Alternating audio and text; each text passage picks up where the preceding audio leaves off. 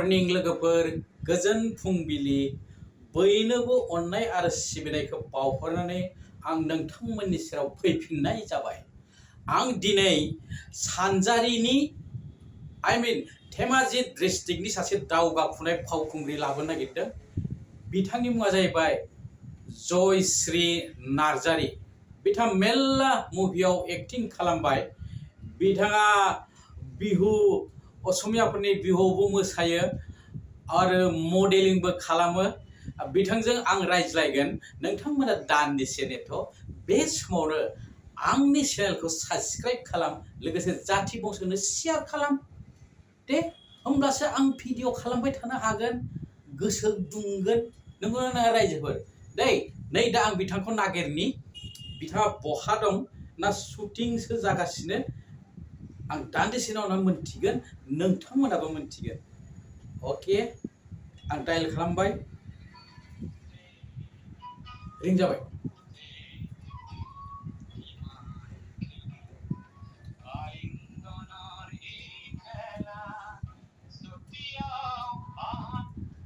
Hello hello औ बे जयश्री नार्जारिनाव नांहैबाय ना?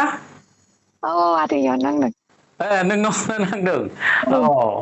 नोंना माथोआ मानो बिदि ना गगा मोनदों? आंना उन्दैनिफ्रायनो बिदिनो सासे बयबो गगा मोनदों आवगायनिफ्रायनो सानो। बिदिनोखा। औ दे आच्छा, नोंथ' मेरला फिल्माव एबा मुभियाव, बर' मुभियाव एक्टिं खालामबोबाय नङा होमबा? औ आरो एलबामफ्रावबो खालामबाय खोमा? औ खालायनाय जादोंमोन आं। थिग আছে, जों बेफोरनि हिसाब निकासखौ उनावहाय लागोन। नै दा नोंनि एड्रेसखौ रायजोफोरनो खोन्थानांगौ। नोङो बबे जायगायाव जोनोम जानाय? औ आङो जोनोम जानायाथ' आङो मार्घेरिटायावसो जोनोम जादोंमोन, नाथाय दा न'आ आंना धेमाजि डिस्ट्रिक्टनि सानजारि नोगोराव। सानजारि नोगोर, धेमाजि डिस्ट्रिक्ट टाउन खाथियावनो नामा? धेमाजि डिस्ट्रिक्ट गोलैयो, ओमफ्राय बेनिफ्राय एसे थांबावनांगौ, माने सिमेन्ट सापरिनि सानजारि नोगोर। सिमेन्ट सापरिनि माने बेखिनि एरियाखौ सानजारि नोगोर बुङो आरोखि ने? सानजारि। ओमफ्राय नों बेहायनो देरबाय? बाहायनो देरबाय। देरनानै हाइ स्कुल फरायबाय, कलेजाव थांबाय, बि ए फोर पास खालामबाय नामा? औ ग्रेजुवेसन कमप्लिट जाबाय आंना। B S C? B A complete जाबाय? कमप्लिट जाबाय। कमप्लिट जाना बबावबा एडमिसन लाबावबाय नामा? एम ए सेम ए ओरैहाय? एम ए लानाय जायाखै, ओमफ्राय दा आं बिएडनि एन्ट्रेन्सखौ होनानै फैदों, खिन्थु माने बेंकिंनि कचिंसो लानो नागिरफिनबाय, माने सोलायनाय जाबाय आरो बाथ्राखौ। औ आच्छा, नों जे एक्टिं खालामबोबाय, बेसे बैसोनिफ्राय खालामा नोंलाय? आङो क्लास 10 मोन बे समाव, 2014 मोन। औ बे समनिफ्रायनो फार्स्ट माने आं मोदैनि बानाखौ गाजेनदोंमोन आरो। मोदैनि बाना? औ बे प्रडाक्सना सोरनिमोन? बे पिकेएमबि प्रडाक्सन, आमाय प्रबिन मैथा बर'आ बेनिनोमोन। बे डाइरेक्सन खालामदोंमोन? औ स्क्रिप्टआबो बिनि? स्क्रिप्टआबो बेनिमोन। नों बेयाव खालामजेनदों आरोखि ना? बे आंनि फार्स्ट मुभिमोन आरो। नों क्लास 10आवमोन होनब्ला? बे समाव आं क्लास 10 मोन, 2014। बेनि उनावहाय? बेनि उनाव 2015आव हादान फिल्मखौ गादोंमोन। हादाना सोरनिमोन? हादानाबो आमायनिनोमोन, आमाय मैथा बर'निनोमोन। बिनिनोमोन, बिनि निजा प्रडाक्सन? पिकेएमबि प्रडाक्सनानोमोन। टिकेननिनो प्रडाक्सन, बेनो डाइरेक्सन होदो, स्क्रिप्टआबो बेनि नङा होमबा? औ बेनि उनाव बहा गाखो? बेनि उनाव आङो 2018आवमोन नामाथाय, एसे बावबाय आङो। गाम्बारि आरो हांमाखौ जमा गानाय जादों, माने मोनसे बोसोरावनो। गाम्बारि आरो हांमा। बे सोरनिमोन? गाम्बारिया सोरनिमोन? गाम्बारिया आमाय प्रबिननिनोमोन। आरो हांमाया? ओमफ्राय हांमाया गोजोन बर'निमोन, माने गोजोननिमोन, आदा गोजोननिमोन स्क्रिप्टआ। ओमफ्राय नोंना रमान्टिक जरामोन ना साइड रलमोन? माबायाव हांमायावथ' रमान्टिक जरामोन, माने लिडानोमोन आरो, ओमफ्राय बै मोनसेयाव एसे नेगेटिभ रलमोन गाम्बारियाव। हांमायाव नोंनि एगेन्स्टआव सोर दंमोन एक्टरा? आंनि एगेन्स्टआव आदा मोगथां नार्जारि। मोगथां नार्जारिया? औ बे नोंनि एगेन्स्टआव दंमोन आरो ना? आदसा ओमफ्राय नोङो एलबामफोर गाबाय नामा बिनि उनाव आरो फिल्मखौ फोजोबग्रोलाय मुभिखौ बेनि उनाव माने आं फरायनो थाखाय गुवाहाटियाव थानाय जाबाय जे औ बेखायनो आमाइमोना एसे माने फरायनायखौ इडुकेसना कमप्लिट जागोन होननानै दोनथ'नाय जाबाय आरो ओमफ्राय दा आर'नाइ मा होनदो आगर गैया आर'नाइ ना मा हेल' औ दा आगर गैयि आर'नाइ सावथुनखौ माने खालायगासिनो दं सुट लागासिनो नैबे दं रानिं ओं रानिं जागासिनो दा बे माने लागासिनोसो दं आरो जागासिनो नों होमबा नों शुटिंआवसो दं मानसिया औ शुटिंआवसो दंथ'यो बे आगर गैयि आर'नाइया सोरनि फिल्म बेलाय आगर गैयि आर'नाइया एयार प्रडाक्सन आर'नाइ प्रडाक्सननिनो माने स्क्रिप्टआ आरो डाइरेक्सन आमाइ प्रबिनानो होगासिनो दं औ बेनो डाइरेक्सन आरो स्क्रिप्टआ बिनिनो औ औ दा बेहाय नोङो मा रमान्टिक जरा ना बेयाव नेगेटिभ बेबो नङा नङा बेयाव रमान्टिकआनो आरो बेयाव माने सोर एसे दं एगेन्स्टआव आंनि सोरां नार्जारि दं ओमफ्राय आरो आदा मोगथां नार्जारियाबो दं ओमफ्राय आरो सासेबाव दं बाजै जायो जन्मनि औ सानै नामा एक्टरा ओं सानै एक्टर सानैयाबो नोंखौ सेलायलायो ना माबोरै सानैयाबो सेलायलायनायथ' नङा नङा सासे ओहो बिदि नंथ'आ औ आदसा नोङो बेनो नोंनिया माने बे जागासिनो दं नङा होमबा औ जागासिनो दं ओमफ्राय बिनि उनाव नों फरायनायाव गोसो होफिनसिगोन ओं बेनि उनाव फरायनायाव थांफिनसै आदसा नोंखौ आङो बायदिसिना महराव नुदों जेनेबा फट'फोराव ओं बबेबा माबा नाम्बार लानानै बिखायाव नाम्बार सुथाला लानानै थाबायनाय आदसा माइक्र'फन ओं ओं ओमफ्राय बहाबा नुदों माबा असमियाफोरनि बिहु ड्रेस गाननानै जिरायना थानाय ओं बे मा जाहोनाव बेफोर माने आङो आवगोल एसे बिउटि पेजेन्टफोरबो खालायोमोन बेनि उनावनो माने डिजाइनार श' खालायनायबो जादोंमोन आरो फेशन श'आ फेसन श' औ डिजाइनार श' बेफोरखौ माने खालायनाय जादों बेनिनो फट'समोन औ बेखौनो डिस्ट्रिक्टनि आन्दारावल' खालामखो ना स्टेट लेभेल ओरैहाय माने आंथ' ओरैनो ओरैजाय डिजाइनार श'आथ' गुवाहाटिफोरावबो खालायनाय जादों औ ओमफ्राय बाखि माने जोंनि जायगायावनो मोनसे जेरै दैजिंफोर फाथियोना बिदिनो दैजिं जोंनि जायगायावबो दैजिं जेरै फाथियो जोंनि जायगायावबो माने फाथिदोंमोन सानजारि मिस नोगोरावबो रिभार कुइन होननाय औ औ बेहायबो फाथियो माने सानजारि औ बेयावबो फाथिदोंमोन आरो मिस रिभार कुइन जानो मोन्दोंमोन 2019आवमोन नों डिस्ट्रिक्ट कुइन जादों जोंनि जायगानि मिस रिभार कुइनमोन आरो हा मिस रिभार कुइन औ ओमफ्राय बे जे बिहु गाननानै फट' नुबाय आङो बे मानि बेबो फट'सुट माने बेयाव देरहानायफोरखौ फट'सुट खालायदोंमोन आरो फ्रि फट'सुट होदोंमोन नालाय औ बेनिनोमोन बेनिमोन आं सानदोंबा बिहु रानिफोरबो जाखांबाय नामा मोसानानै बिहु रानि बैसागु रानि जाखांदों बर'आव बैसागु रानि जाखांबाय नोङो ओं ओं जोंनि जायगायाव बैसागु रानि जाखांबाय धेमाजियाव औ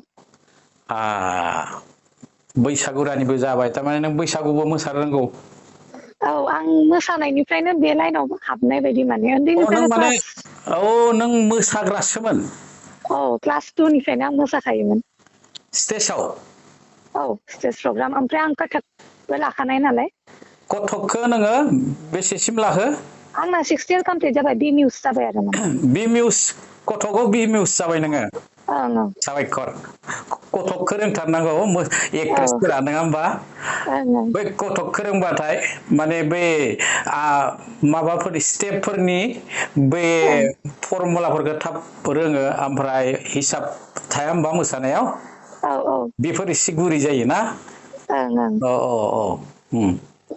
आदसा नों जे दासिम माने नोङो 6थासो मुभियाव एक्टिं खालामबाय औ ना एसेबांबो बुरजा जायाखै मुभि आंना मोनबाफोरल' जादों औ मोनबा बे मोनबानि औ गेजेराव नोङो खैजोन बेसेबां डाइरेक्टर लोगो मोनखो डाइरेक्टर आङो दासिमहालागै आं आमाइ प्रबिनखौल' लोगो मोननाय जादों माने गासिबो बेनिनोमोन नालाय होमबाथ' नों बेखौनो साबसिन होनखागोन दा बेखौल' औ मोनबाय औ नालाय औ दस्रा लोगो मोननाय जायाखै ओमफ्राय नोंनि एगेन्स्टआव जे एक्टिं खालामो सोरबा सोरबा खालामो ओं होमबा ओं बे एक्टरफोरनि गेजेराव नों सोरखौ साबसिन मोजां मोनो सानजारि नोगोरनि सोरखौ साबसिन मोजां मोनो नों? सानजारि नोगोरनि आङो आदा बिरमल आरो आमाय प्रबिनखौनो होनजागोन। आदा बिरमलाथ' बेस्ट एक्टर मोनखांबायमोन नालाय। औ बे सानैखौ मोजां मोनो आरो। औ औ ओमफ्राय नोङो माबाबो नेगेटिभ रलबो लायो होनदों ना नेगेटिभ रल लानानैबो मोजां मोनो नामा नों? नेगेटिभ रल आं मोनसेल' लानाय जादोंमोन। औ बिनिफ्राय थिगानो नेगेटिभ मोनदों माने एसे दस्राबो लानो लुगैयोना गेजेर गेजेर औ बेखायनो नेगेटिभ रलखौ माने लानाय जादोंमोन। रायजादोंना रायजायाखै नोङो नेगेटिभ रल लानानै? रायजादों गामिनि मानसिफोर नायनायाव माने बिमायाबो नायनो थांदोंमोन नालाय औ बिमाया खोनाबोलायदों माने फिसाजोखौ बिनिफ्राय बिदिबो होनदों होननानै आं बेफोर रलखौ मानो खालामनांगौ ओरैनो दा औ औ जेबो रलसो बियो नङा होमबा केरेक्टार औ बेनो बेनो माने नोङो रायजानाय माने नोंनि केरेक्टारा मोजां जादों नङा होमबा? औ ओमफ्राय नोंसिनि सानजारि नोगोराव औ मेरला माबा कालसारनि मावथिफोर दं मेथाइ रोजाबग्राफोर दं सोरबा सोरबा दङ मेथाइ रोजाबग्राफोरनि मादाव नों सोरखौ साबसिन मोजां मोनो सानजारि नोगोरथिंजाय? आङो सानजारि नोगोरनिफ्राय आब' आलारि होननाय दं बेनाबो बिराद मेथाइ ओंखारबाय दासिमहालागै। आलारिया ओं ओं औ आरो इला होननायबो दं सासे ओं ओं ओं ओं आं बावदोंसोमोन। हा बे इलायाना आलारि नामा? नङा नङा दस्रा बे दस्रा माने आब' इलायाथ' एसे सिनियर जाबायना। औ ओमफ्राय आलारिया इनिख्रुइ दुइसिन दुइसिन आरो बे आलारियाबो मेरला रोजाब्बायना मेथाइ? ओं रोजाबबाय ओं रोजाबबाय मेरला रोजाबबाय आदसा बिसोरनि मेथाइआव नों मोसानो मोनबाय नामा? आङो आब' आलारिनियाव मोनदों आंनि मिउजिक भिडिअ मोनसे ओंखारदोंमोन मा थांनाय मेथाइ बोसोराव फार्स्ट लाइना मामोन मेथाइआ सानबोलावरिनि सानबोलावरि बे मेथाइखौ सोर बानायामोन? बे मेथाइखौ आब' जायोमोन सोरजिला औ औ सोरजिला होननाय मेममोन आरो कलेजनि औ प्रफेसारमोन। आदसा नोंदि एक्टिंआव ओंखारबोबाय औ बे एक्टिंआव ओंखारनायाव नोंखौ सोर बांसिन हेफाजाब होदों न'खरनि मानसिया? बिमा बिफा सानैबो समानैनो हेफाजाब होखायोमोन। माने थांनाङा होनफेराखै आरो ना? ओहो होनफेराखै माने उन्दैनिफ्रायनो मोसानायाव हेगारनाय मानाय बेफोराव हेगारखादोंमोन जे बेखायनो औ बादा होफेरदिया आरो। औ उन्दैयावनोबाथ' बिमा बिफायासो लाङो स्टेजाव औ औ बेखायनो बादा होफेरखादिया मा होनो बाधा मोनबोखायासै आरोखि नों ओहो मोनबोआसै बे जे नोङो एलबामफोर गाबाय बर' फिल्मफोर गाबाय बे फिल्मफोर गानायाव औ नोंहा ओरैबायसा मा मुंख'जाथाव जाथाय जादों जायखौ नों थैजासिम बावनाय नङा? आङो आं मा फिल्माव जितु माने लास्ट आंनि सिनमोन ना आं थैलांनाय सिनमोन औ बे सिनखौनो माने फुरा गोसोआव थालांदों आरो। थैनाय नोङो थैनांगौमोन औ औ बे थैनाय सिनखौ नोङो गोसोआव दं दाबो माबोरै थैनाय ओं हा ओं औ खायसे एक्ट्रेसफोरा थैनोबो बायोना नंगौ नंगौ आदसा नोङो बि मिउस माने बाथागाव नोङो बिसारत जाबाय एक्टिंनि कर्सफोर लानायनि मिजिं थिना दं नामा गोसोआव? आङो कर्सखौ लानो सानदोंमोन नाथाय माने ओरैजाय फरायनायनिजों माजों माने मिलायहैनो हाहैया टाइमखौ बेखायनो लाथ'लाबो सानदों माने औ बेखौ लाथ'ला सानदों नोङो लाथ'ला सानदों दाबो नों स्टेजाव सोरबा लेंहरबा थाङो मोसालाबायोना मोसायो? दाथ' मोसानाया आंना बन्द' खालायनाय माने हजों फरायनो थांनानै ग्रेजुवेसन खालायनो थांनायनिफ्रायनो मोसानाया एसे थालांखादों। मोसानायखौ खमायखाबाय आरोखि नोङो? औ थेवबाबो गाव माने गावनि इउटुब चेनेल खुलिदोंमोन गेजेरावनो औ कभार भिडिअस खालायनानै आं आपलड खालायग्रा जादोंमोन आरो। औ औ औ बे दंना गैला दा? दा चेनेला दङ थेवबाबो आं बिजि जानानै थालांबाय बेबो औ बे माने बे इउटुब चेनेलबाथाय आरो औ सप्ता मोनफ्रोमबो हगारनो हायाबा ओं ओं माबा दिगदार खालामो बिसोरो हजों थाबबा आरो खालायनो माने बिदि समबो मोनहैया जायगाबो मोना जायोना औ न'आव माने लकडाउन टाइमावसो खुलिदोंमोन आङो औ औ औ औ नोंथ' मेथाइ रोजाबफेराखै? रोजाबफेराखै गाराङा बारा जाया। नोङो एक्टिंआवनो थाहैबाय आरोखि औ एक्टिंल' स्क्रिप्टफोर लिरलाबायो नामा नोङो? ओहो स्क्रिप्ट लिरफेराखै आङो नोंसिनि सानजारियाव गोबां गिदिर गिदिर दैदेनगिरि बर' हारिनि खामानि मावग्रा ओंखारबाय ओं बेफोरनि गेजेराव नों सोरखौ साबसिन मोजां मोनो आङो आङो प्रबिनखौनो होनजागोन औ बेथ' कालसारावसो जाहैबाय जेनेबा आतसा राजनितियाव बिदि राजनिथि लायनाथ' आयं दं औ चिफ जोंनि ओरैजाय औ औ BKWSC नि शिबा मिनिस्टार आयं मिनेस्वर आयं जायो ओं औ अनोना आयं कालसारनि जायो मानसिखौ बियो औ बिराद अनो जोंहानि न' खाथि खामानि न'बो खाथिखा न'आबो खाथिखा आरो आयंनि माने प्रडाक्सनावनो आं मोनसे मिउजिक भिडिअबो खालायनो हाबाय नों आयंनाबो खालामफिनबाय मोनसे प्रडाक्सन दं आदसा दे नोंनि साननायफ्रा जाफुंथों आरो औ नों गोसोआव जि सानदों बेखौ मावनो थाखाय नोंथ' गोसो होनांगोन नङा होमबा औ औ आरो एक्टिंआबो खालामबाय थादो एक्टिंखौ खालामबाय थाबासो बर' हारिनि हारिमुवा थांना थागोन नङा होमबा औ बयबो गोसो होना हारिमुखौ सिबिबासो जोंनि हारिमुनि माने हारिमुवा थांना थागोन आरो बे हारिमुवासो जोंनि बर' हारिनि महर मोखां नङा होमबा औ नंगौ आदसा बिदिब्ला जों सानैनि सावरायनायखौ एसेयावनो दोनथ'नोसै जागोन दे आं बेयाव बे दोनथ'नायनि आगोलनो मोनसे ओरैनो मिनिनो थाखाय मोनसे खोथा सोंहरनि नोंनाव औ बे जे नोङो मेरला एक्टरफोर लोगो मोनबाय ओं नङा होमबा औ बेफोराव सोरदोंबा मेजरलायनायफोर जाफेरबाय नामा जाफेराखै बिदि गासिबो गैया आदासो जाजोबो दे दे दे औ औ आदसा दे होमबा नोङो फरायनायथिंबो गोसो होदो एक्टिंखौबो दा नागारसै लोगोसे माबाफोर उसुबिदा जायोबा नोंस्रा आमायाथ' खाथियावनो दंखायो BKWS ओं नि चिफ बेनो ओं बुंना लादो नङा होमबा जागोन आरो नोंहा माबाफोर बुंबावनो थाबायना गैला आं रायजोफोरनिसिम आदानि चेनेलनिफ्रायनो बुंहरनोसै औ जाहाथे गासिबो माने जेबायदि अननाय होबोदों बेबायदिनो अननाय होलांबाय थाथों होननानै जोंबो जौगालांनो हायो जाहाथे आंबो गसाइनाव बोर बिदेरना हरबाय नों जौगालांबाय थाथों आरो आंनिफ्रायबो नोंनो अरनाय हरबाय आरो नोंनि जिउआ गोलाव जाथों होननानै आङो गसाइनाव बोर बिख'ना नोंनो हरनाय जाबाय आदानिसिम गोजोननाय थाबाय दे होमब्ला जोङो दोनथ'नोसै औ औ दे बाय बाय दे